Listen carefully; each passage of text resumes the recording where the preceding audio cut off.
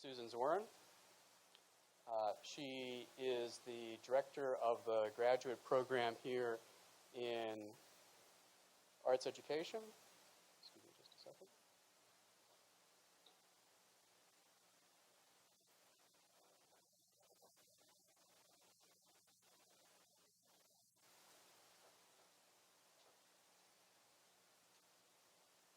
There we go. Now I've got my notes. She is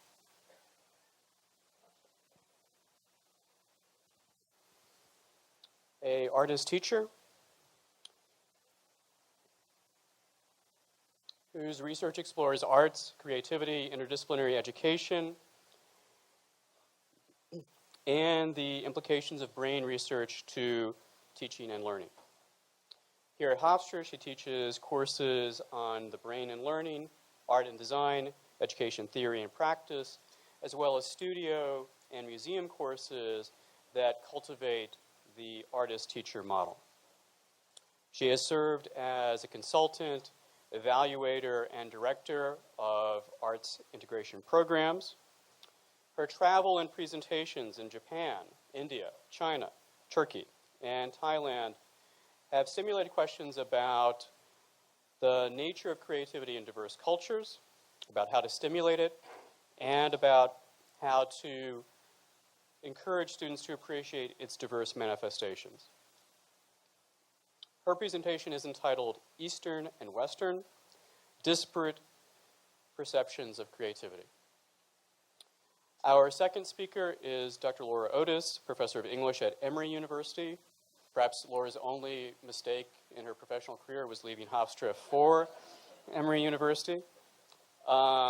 She is a leader in the field of literature and science, and she has substantial credentials on both sides of that pairing.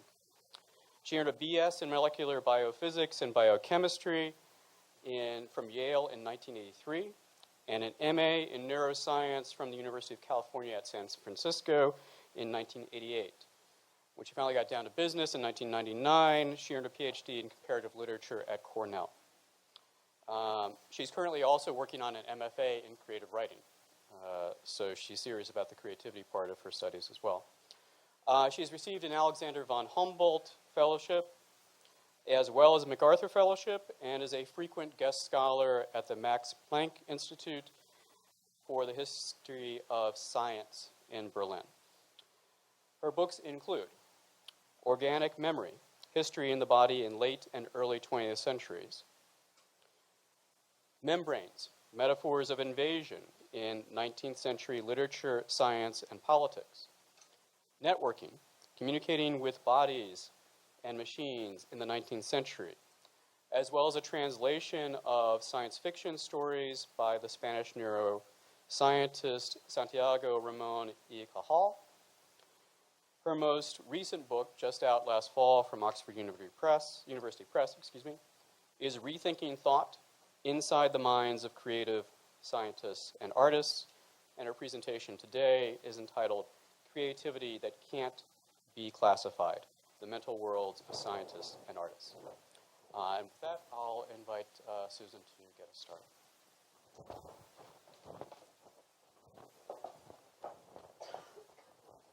Well, first I'd like to welcome all of you, participants, faculty, and especially students. Although I'm going to be speaking today about Eastern and Western perceptions of creativity, although it's widely recognized that creativity is encouraged or hindered by one's cultural position and cultural tendencies towards either individualism or collectivism, it can be misleading to compare creativity in Eastern and Western cultures. We have to think about issues of group identity and individualism. All people do not value qualities such as ambiguity and risk-taking that is so prized in creativity in the West.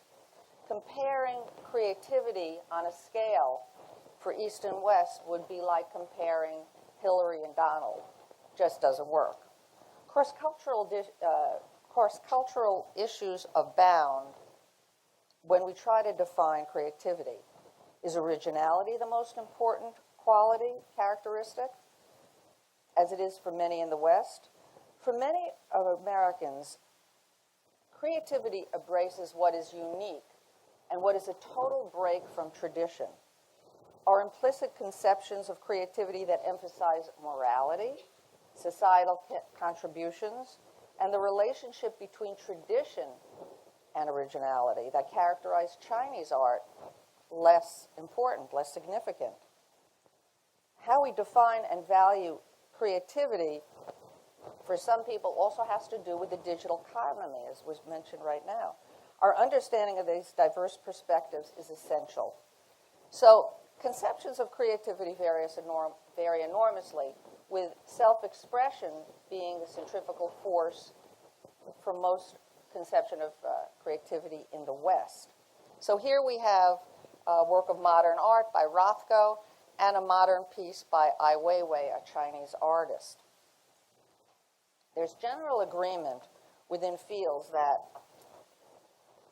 too much to hold, that creativity has to do with what's unique, what's meaningful, and what's useful.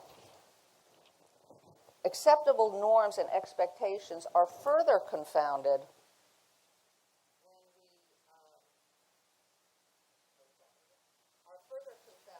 by cross-cultural differences, and this is really interesting.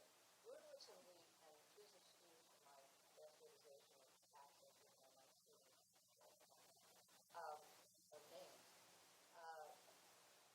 This is a study that they did in Hong Kong.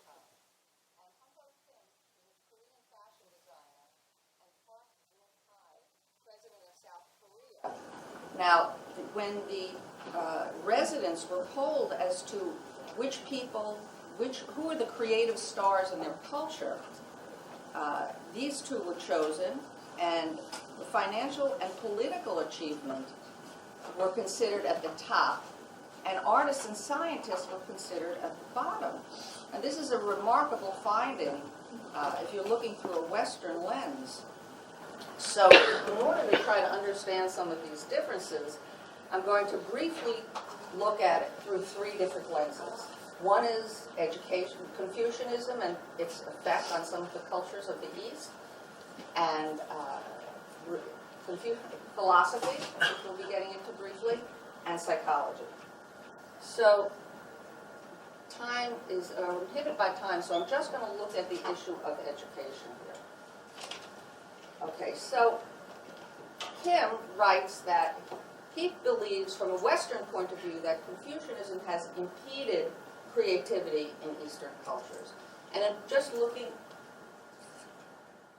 Oh, do you want to not looking at this?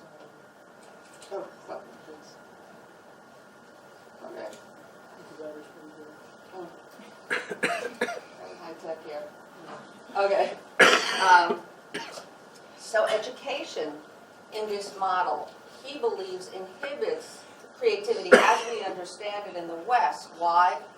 First of all, there's an emphasis on rote learning, but also a strong emphasis on ethics, which could possibly explain the slide I showed before about the difference in who the people in Hong Kong being their creative stars. Also, there's a work-play dichotomy, with play not being deemed very important in the educational system. And also, if we speak to some of our students and some of our residents in China, for example, there is not time for play. Another tool to look at the issue of creativity is through philosophy. And I'm pointing here to the work of, his name is Thomas Rustici, and he wrote a book called Intimacy and Integrity. It was written a lot, but this is taken from that book, Philosophical and Cultural Difference.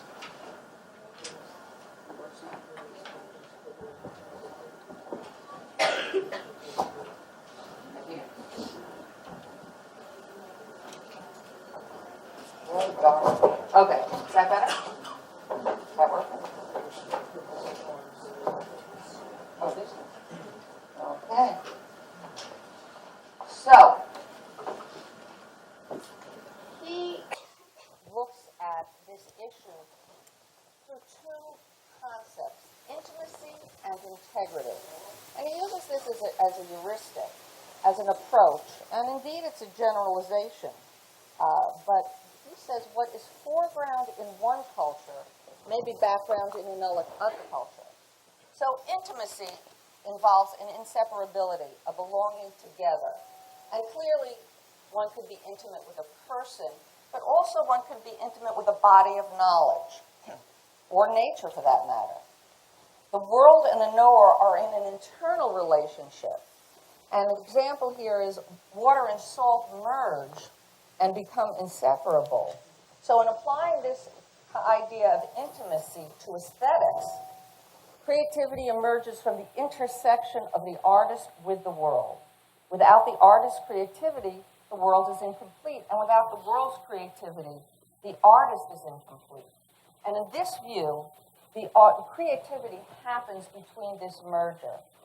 So let's apply, if we think about this in Eastern cultures, and let's make a comparison to Western, where he uses the idea of integrity, where that which has integrity is untouched, uncorrupted, and pure. The world can be independent of the knower. And here, water and sand combine, each retain their wholeness. And this was very helpful to me. As an art student at the Rhode Island School of Design, and then teaching art and art history, beginning 100 years ago, one of the things was very prominent to me that there was a negative attitude or a lack of understanding about teaching the traditional arts and looking at Asian art as traditional, not seeing it as creative, and that indeed in fostering it in our classrooms we could impede creativity. So in this view, the polarity of the artist and the world is mediated by artistic expression. The artist remains autonomous, and artwork becomes an end in itself, independent of the audience, which is really makes sense when we think about some of our modernist artists. So now I'm going to look at the theory of creativity through a psychological theory. Now, interestingly enough, most research on psychology in the Journal of Creative Behavior and other journals is not written by art educators, but is written by psychologists. So we're going to look at the work of Glavinau, who's a cultural psychologist. He's writing from Denmark. He gives three paradigms, I, he, and we, of three ways of thinking about creativity. So the I paradigm comes from antiquity right to the Renaissance. Blessed first by God, and then in time by genetic endowment, this individual had the burden of doing something so grand as developing a school of thought or changing the course of history. This great man perspective of creativity separates the creator from the community. The I paradigm, which was of course I'm simplifying this.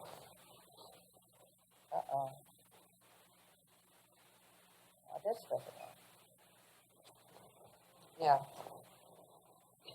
The I paradigm emerged most vigorously, according to Glavinau, in the Western era of psychology. Okay. We're still here, the great man. Okay.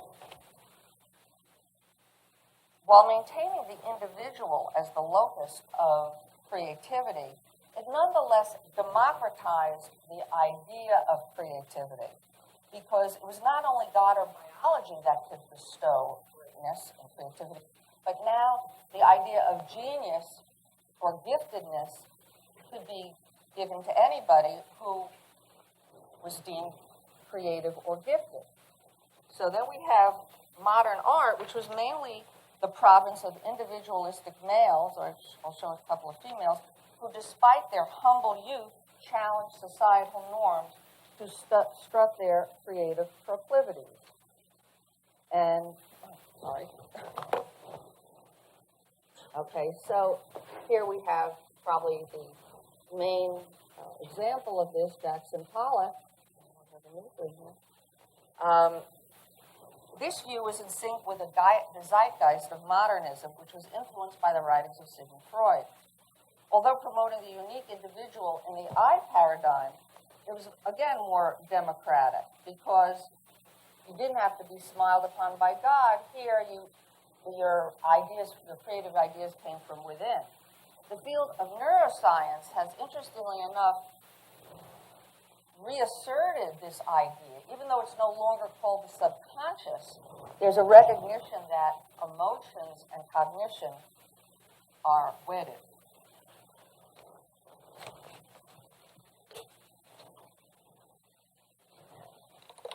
So now we have, in our new postmodern era, the idea of the we paradigm. And that brings in the notion of collaboration. Does collaboration kill creativity? When I went to school and when I became an art teacher, and for most of my career, that was the predominant view. If you have children collaborating, their individual creativity will be hindered. And this is changing dramatically now with design education. We have now people, actually nations, such as Finland, Australia, England, that are requiring design education. And many countries today have creativity in their educational goals. Now, there's a great degree of irony in this. Everybody's espousing you should be creative.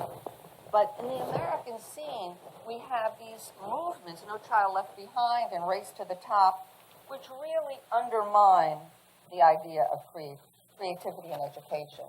Here's Pearson Publishing Company, and for them it's all about testing. As we know, for our children, it's all about testing. So this kind of undermines what is lauded in the press. Creativity in education in this country is seen as somewhat of a financial risk. Okay, so education, as it began in the United States, looked at creativity as a source of mental well-being and happiness for children. But it's really a flip to the way it's presented in the East.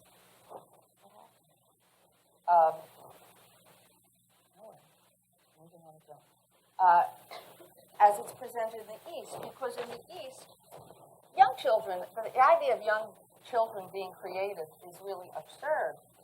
They believe that you must have expertise, that you must have an intimate knowledge of your subject before there's even hope for creativity.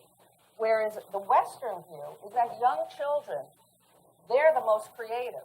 And we have to be careful as educators to impose our thoughts on the young children and impede their rise. So here are some Western images.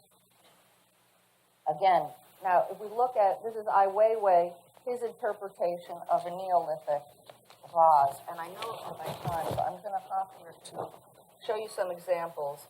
But this whole idea of bringing, this is Casoulis again, of the idea of intersubjectivity, actually interpenetration is another term that's been used by different writers that features, that's more prominent to Eastern art. And here we have Sai-Kwang Chang at the, this is the Xi'an warriors in China, and here is his interpretation of something similar, which was in the Guggenheim Museum, and here is a traditional work of the tiger and his interpretation.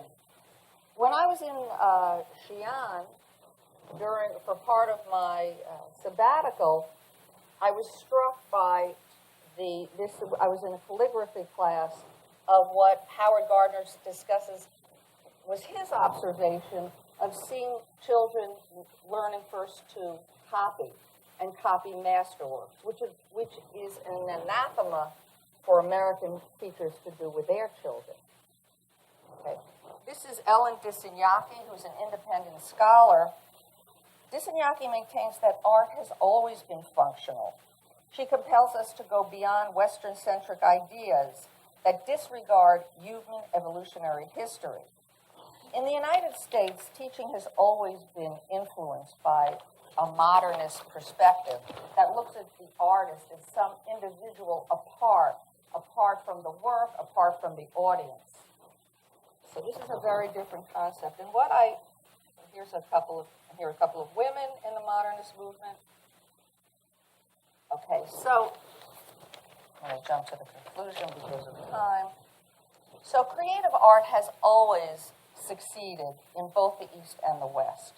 Western children have benefited by an early education, an atmosphere that encourages creative exploration, followed by skill development. Skill development, as noted by Gardner, it could be followed by creative innovation, which it has in the art in the East. Gardner advocates for a blending of the two, where one approach does not predominate. He encourages the allowance of more free-ranging exploration of educators in the East, lest children become unable to depart from models. On the flip side, he notes that there's also a danger of erring on the side of, quote, untrammeled creativity, the American risk. The child may end up with no skills and thus be able to only communicate with himself. We need an in-depth understanding of the disparate context in which creativity already blooms within particular cultures in order to further its unfolding, as well as to facilitate children's understanding of the multiple ways that creativity is defined and realized. Thank you.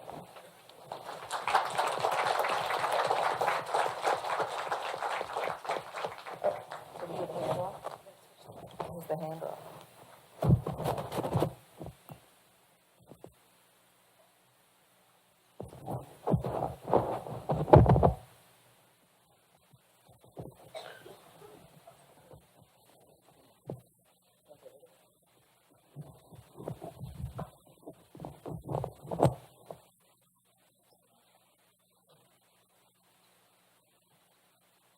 We could use some help up here with this switch. You know, why don't we have sound of it? He's going to come up.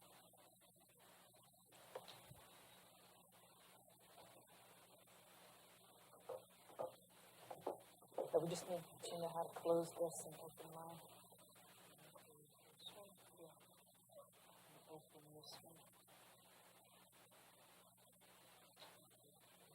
Slideshow. That's right. Make it this thing. Okay. I'll just use the arrows to advance it. Okay. Hello, everyone. Thank you very much for coming, and thank you very much to the Hofstra Cultural Center and Craig Rustici and Athaline for organizing, and to everybody else who was involved in bringing me here. It feels great to be back. And I want to talk to you about some recent work that I've been doing on the ways that visual and verbal thinking form part of creativity. Okay, as Craig mentioned in the introduction, in 1986, my life underwent a change as I moved from working in a lab to working with a lot of books. Okay, first thing I want to say about creativity, just by way of introduction, is that many different elements go into it. Of course, there is individual imagination. You know, every human mind is unique. But hardly anybody ever creates alone. You've got family, you've got friends, you've got teachers, you've got grants that help you achieve. You tend to achieve because of all of the input from other people rather than despite of it, you know, as Susan was saying in the Eastern model. Creativity, when creative people are interviewed, Michelle and Robert Ruth Bernstein have conducted interviews with a lot of prominent creative thinkers, and they were finding that regardless of the field that the people were in, they would say, well, there's a feeling that inspires me to create. It was hard to put in words sometimes what they did. Creativity is very often associated with the movement of an idea from one field to another that's very different. And then finally, what I found in my study that I'm going to describe today is that sometimes you're creative if you're forced to work in a field that's not familiar with you. You know, say if you're an engineer, you're very good with visual or spatial designs, and somebody makes you describe it in words. You know, when you force yourself to think in a way that's not as familiar to you, you may come up with something really interesting. And vice versa, if you're not used to drawing and you have to, describe something in a way that's not with words, you might come up with something. If you make your brain do things it's not used to doing. Okay. From the 1970s, based on interviews with people and some psychological testing, we started to come up with these categories of visual and verbal thinkers.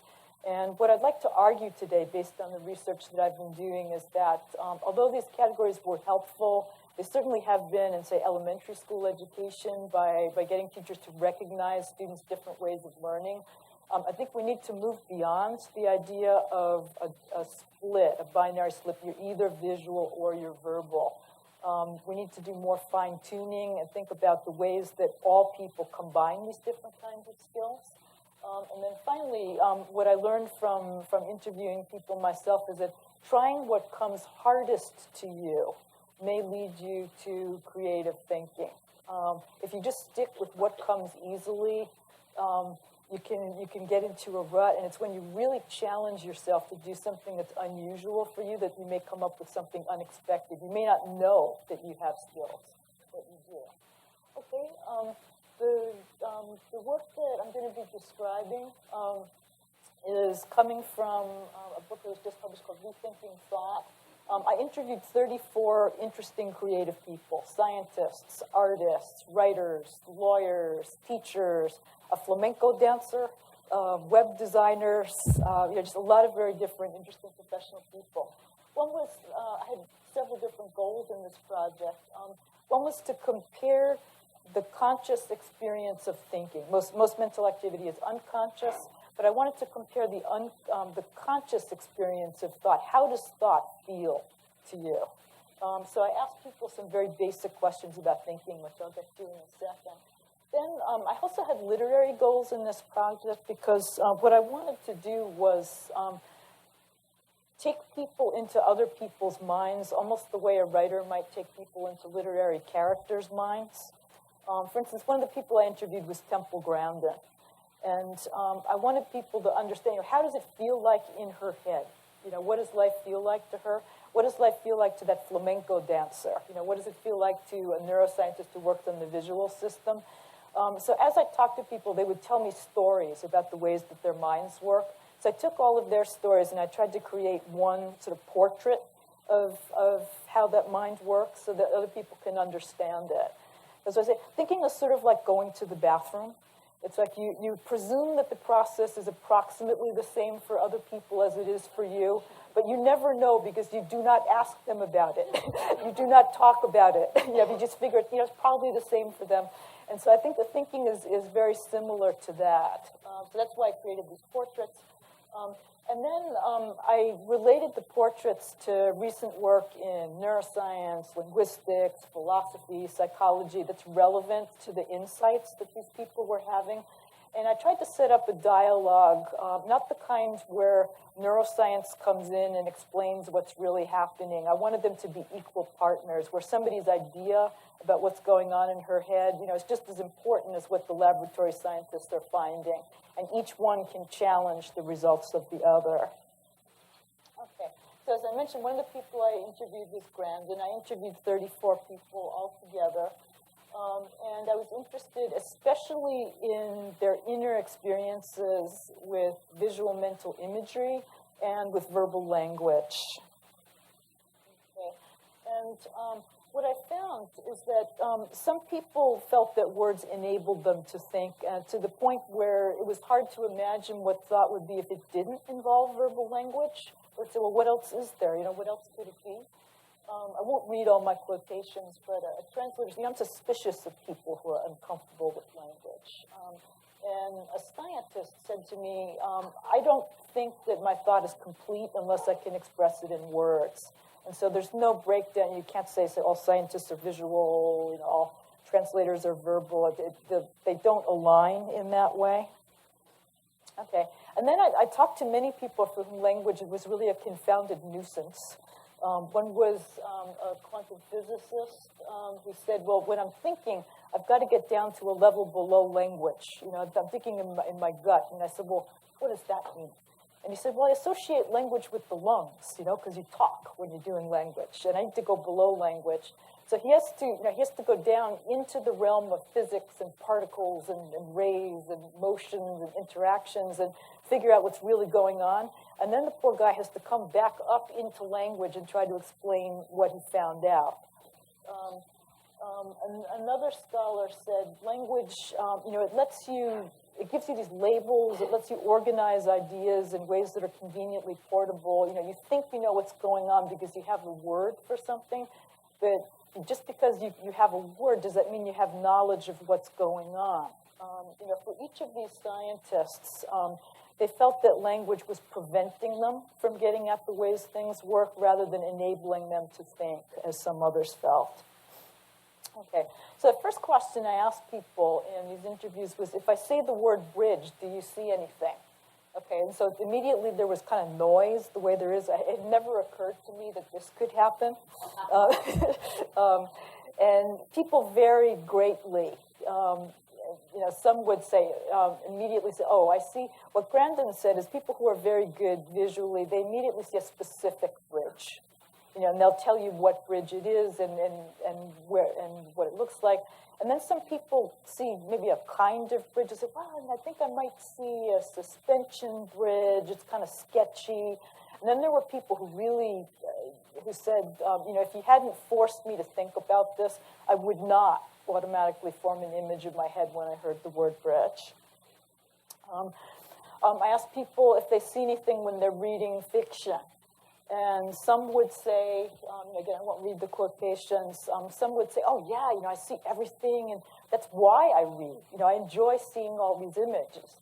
And other people, one was even a prominent scholar and said, no, I have some idea where the characters are, but I couldn't tell you what they look like. So it varies a lot from person to person whether people see something when they read. Okay. I talked to some poets, and one said, well, for her, it's hard for me to separate words and images. The reason I write a poem is that maybe I have a picture in my mind, and I'm looking for the words that will help other people see that picture. And that's really what poetry is for her. And so you can't say poetry is visual or verbal. Poetry comes out of a merging of visual and verbal. And then I want to present some evidence today that what we had called visual thinking is not a unified ability. It actually involves a whole range of different skills. So one scientist, I said, well, for me, thinking visually means, I've got a reaction going. I put myself into the test tube, and I try to imagine what all the molecules are doing. I said, well, are you in there? I said, no, I'm not in the tube, But I'm sending my mind into the tube, and I'm watching possible interactions of these molecules. And then a novelist I know said, oh, yeah, when I'm writing, I'm watching the characters. They're doing this, they're doing that. I'm seeing what they're doing. Okay. Maria Kozyevnikov is a Russian-American scientist, works at Harvard, works at Singapore. She has found a lot of evidence from psychology experiments, also from neuroimaging experiments, that there are at least two different kinds of visual thinking that corresponds to different ways that human brains process information. There's a dorsal stream that goes up, let's see, it goes up like this, over the top, like into the motor system, and it allows people to think about things like, what are the relative dimensions of an object? How far away is it? How fast is it moving? What direction is it moving? This is spatial processing. There's some people who are very good at that. There are people who are much better at things like shades of color, identifying textures, identifying details of forms.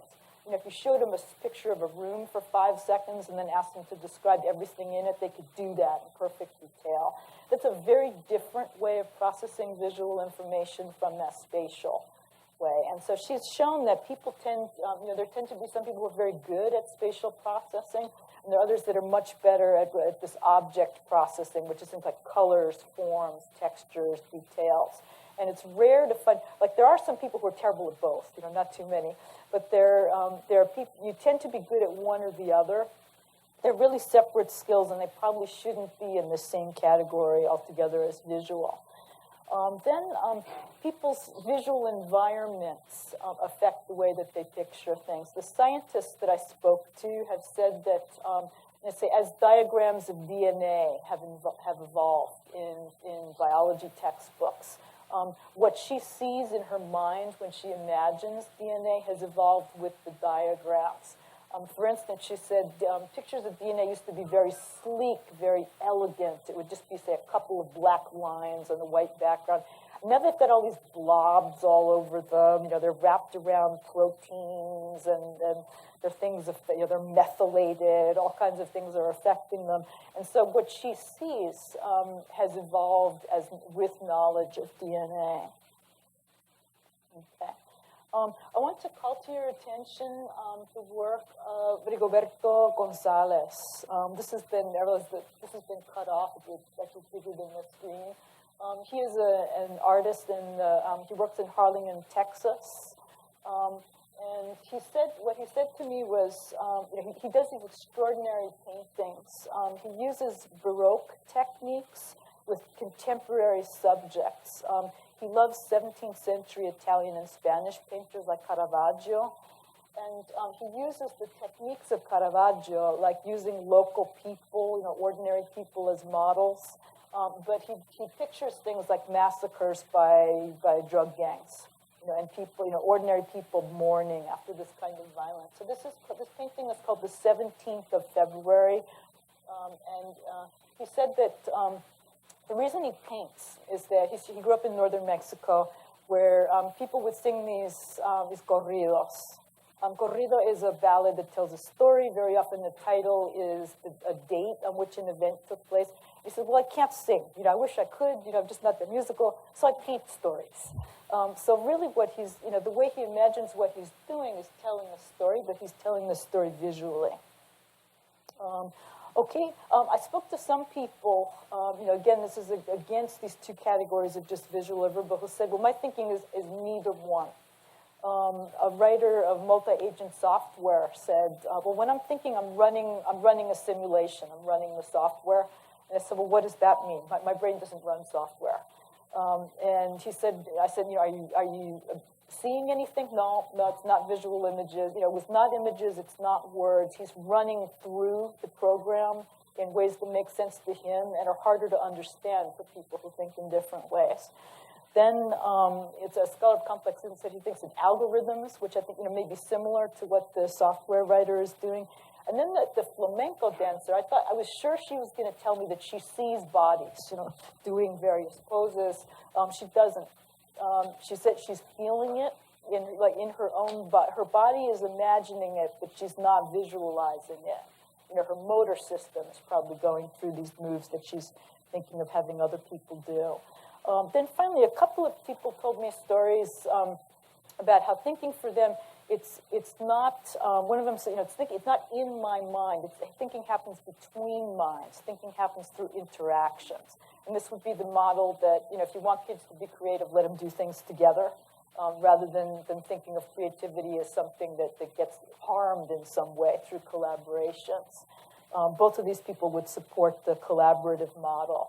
One person told me a story that, during the height of the Cold War, he was sent to patrol the woods on the border between Germany and Czechoslovakia. And he was out one day looking at mushrooms, and he picked up this mushroom, and the guy with him said, oh, it looks like a bird. And he said, as the guy was saying that, he realized that was his thought. And he said, the thought emerged out of the interaction between the two of us, rather than from me or from him. You needed both of these people in order for this idea to happen. And so this is this collaborative model of thinking.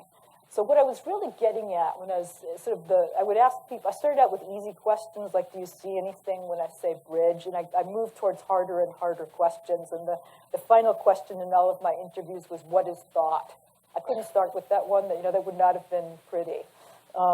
But people told me very interesting things. One thing I discovered is that people who were sure that they were verbal, were the most language-oriented people ever, very often express themselves in spatial terms. A prominent literary scholar said, well, thought for me is seeing connections that will produce a structure. I mean, an engineer could have said that. That's interesting. And then a filmmaker described thinking in ways that sound like what he does. A stream of words, images, remembered sounds, other remembered sensations in the consciousness. And so it sounds like a film, the way he describes thinking. Finally, one of our questions for today is, can creativity be taught? An artist, one of the visual artists I spoke to, this painting is by an artist named Mary Welty.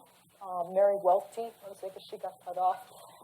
She has a studio in Evergreen, Colorado, and she specializes in outdoor scenes, animals, landscapes. She's a wonderful painter. She said, I've been learning to visualize all my life. I'm still learning. It's not, she wasn't born a painter. She had to make herself a painter. She had to learn how to draw. She loved doing it. She said, I wanted to be an artist from the time I first picked up a pencil, but she had to work at it. You couldn't just become an artist. Okay, so some of the conclusions to which I'd like to move.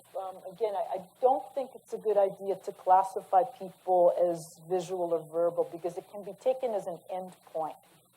If let's say you're good with language, right, and you take a test when you're 10 years old and say, okay, you're verbal.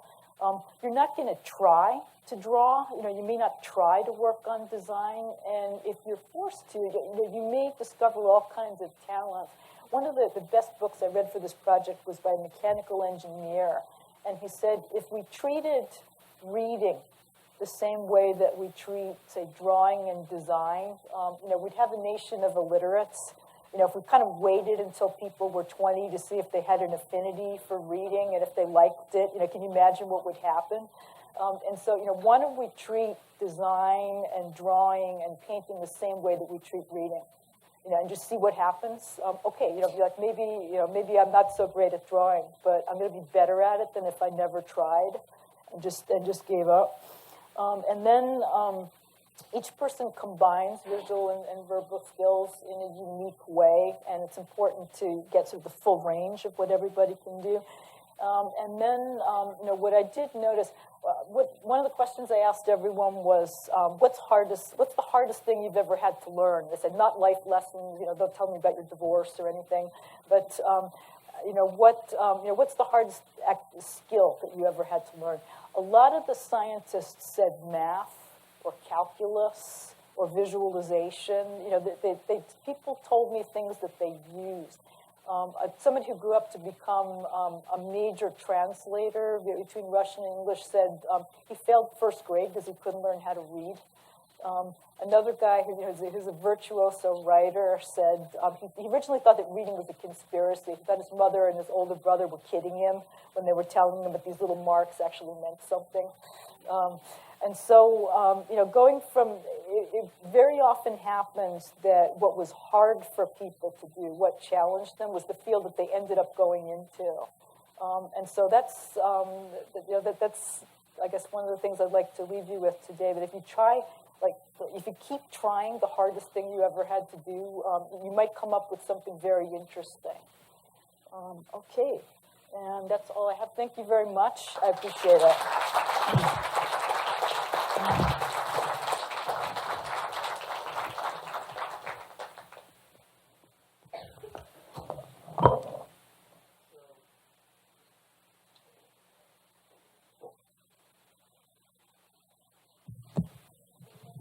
I think we have time for questions. I think I might start it out because there are two such interesting presentations by trying to get the two to talk to each other. So I'm wondering, Susan, if you guys want to maybe step up there, it'll be easier for you to answer. This insight that kind of bookended Laura's presentation about what happens when you try to do what's difficult.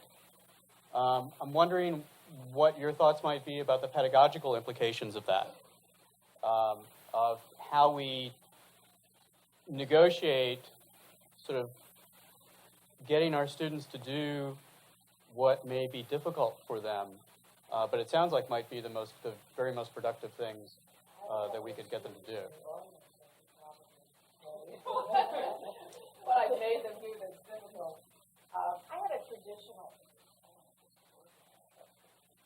traditional education myself, and I do love the challenges of learning, and I try to put challenges in the pathways of my students. You know, Csikszentmihalyi, who Laura had up there, he talks about a state of flow where you're challenged enough that you're stimulated, but it's within your capacity to do it. And I think that's really the challenge for a teacher. I'm always asking my students, what about the gifted students? You know, we're always asked to make things appropriate for the special needs students, but what about the gifted student?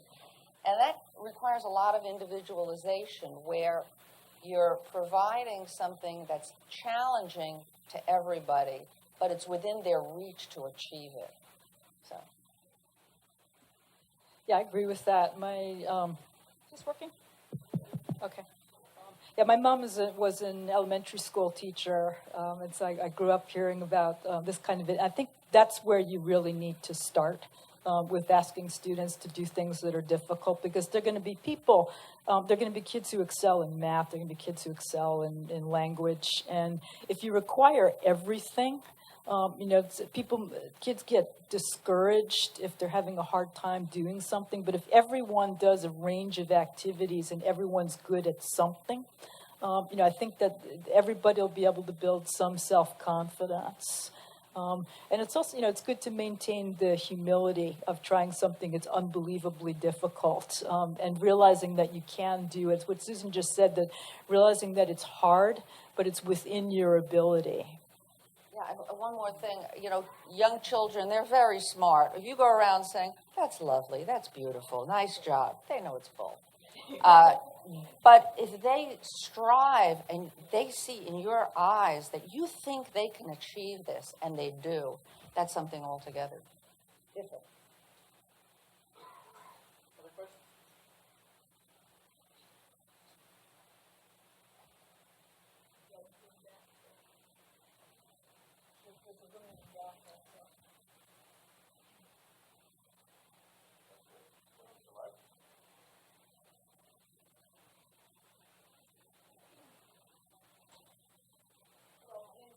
My name is Ina. Thank you very much for the presentation. But I would like to suggest you to start talking about creativity. Just admit we know nothing about it. Like we know nothing about the brain. We know the zones, how it works a little bit, but still, if we talk about the most discoveries that are made, they made accidentally and by different people. And some people are not even scientists. Their lifestyles are questionable. They go have parties and drink and then wake up one day with this genius idea. So it's just so hard to summarize it. And when I think about creativity, I think, is it coming from the lack of something and the void, or from the abundance of something? And maybe both. And when I think of the kids, I think they're so creative when they're little, but we put blocks on them and teach them our experience, and then we try to take these blocks off and teach them the creativity again. So it kind of doesn't make sense. And I think if we have this approach that we know nothing about it, then maybe we'll discover something beautiful. And we're not gonna distract them from creative process. Because it may happen when you're in a class, it may happen accidentally, when you don't have expectations and when you know that you don't know anything. So it's a better chance. And another aspect also is nature, how much we're connected to nature when we create. A lot of discoveries are made when people were collaborating with nature, and musicians and artists. And this thing also, should we take kids also, introduce them and make them learn from nature instead of trying to push our old experiences on them. And I participated in a 100-day project on the Instagram as an artist. And what I noticed, doing something creative every single day, where you have to do it every single day with no excuse, put me in this vortex of creativity that I kind of couldn't get out of it. So that's another thing that when you do something on a regular basis and push your brain to work in this area for a specific amount of days, you become this vortex of creativity, and it's much easier to create when you do it a little bit of a time, you know. Thank you very much. Sorry, I was worried a little bit, like nervous. Thank you. Yeah, so I wouldn't say that we know nothing. I think it's too harsh to say that we know nothing about the brain. We know nothing about creativity. We need to be humble and admit how little we know. But say in neuroscience, I mean, we know more about the brain than we did in 1890. You know, we know a teensy-weensy amount, but you know, we know some. And I agree that this Western model that is problematic. This idea that kids, you know, are creative, and then I think it's a Rousseauian idea that they're creative, and then we crush the activity of the creativity with education. Now we want to reteach it. There's a problem there. So we should rethink the role of education as a way to foster creativity and try to skip this crushing step if we can. You know, I've changed so much over the years in my thought about this crushing business, because when I became an art teacher, you didn't show kids the masters because you would impose blocks. But if we think about most of our great artists that came from the Renaissance, they were apprentices. They learned through mastering technical skill. So I've changed my view on that. I think it depends on the child. It depends on the situation. I think what you're saying is very important, but I think there are ways, a multitude of ways that we can establish a more creative environment for students that comes from different perspectives. Showing masters, allowing for self-expression. And I do think that creative achievement, you have to be a master in your domain to some extent. Yeah, just a quick example is what that artist Rigoberto Gonzalez did with Caravaggio, right? You know, taking 17th century painting and making it his own by applying it to 21st century subjects. Okay, the next question. Good, thank you. I was just curious about the interrelationship between the word and the image, and perhaps what lies beneath them. And I was wondering it more so maybe with Laura, but anyone. How does one get in touch, either through the solitary effort or the collaborative effort, with that space, that place, whatever, that precedes the word, precedes the image, and perhaps intersects with both? Yeah, it's really hard, and I know some people who would say that it can't be done. You know, there is no thought that's not influenced by language. I don't agree with that. I think it is possible, but I think certainly the visual imagination is a way. You know, if you're desperate to get away from words, if you just have a gut feeling that words are inadequate to describe the kind of concepts you want to explore, closing your eyes and trying to see it inwardly is a way to do it. There are people who use mental models, that are spatial or visual. But I think it is possible to think something through in a way that's not connected to language. And then the problem is what happens when you reconnect. If you do violence to what you've imagined, when you then have to explain it to somebody else. I think that's why there are some people that prefer to explain things by drawing them, and I've had students who've said, I can't tell you what I mean, but I can draw it, and so I just ask them to go up to the board and start drawing what they mean, and other students can understand it, even if they didn't have words for what they wanted to say. We've kind of eliminated the idea of intuition as part of our educational program, which is an Eastern concept which I think would be helpful. Of course, we don't give much time for that in the classroom, but I think that intuition is a really critical thing that's not a process that's nonverbal. Yeah, I'd say, and there are gender issues there as well, probably also class issues, and the privileging of language, as a way of constructing knowledge, as a way of describing ideas. That means that the thinking of less educated people is going to be downplayed. So people who, they know how to take care of kids, they haven't been able to go to college, they're poor, they're smart, they have great ideas, but if they don't have the same vocabulary, their ideas might be looked down on. And so this is also, political, gender, class issue, whose thinking is valued, and associating great thinking with certain kinds of language has political consequences, I think.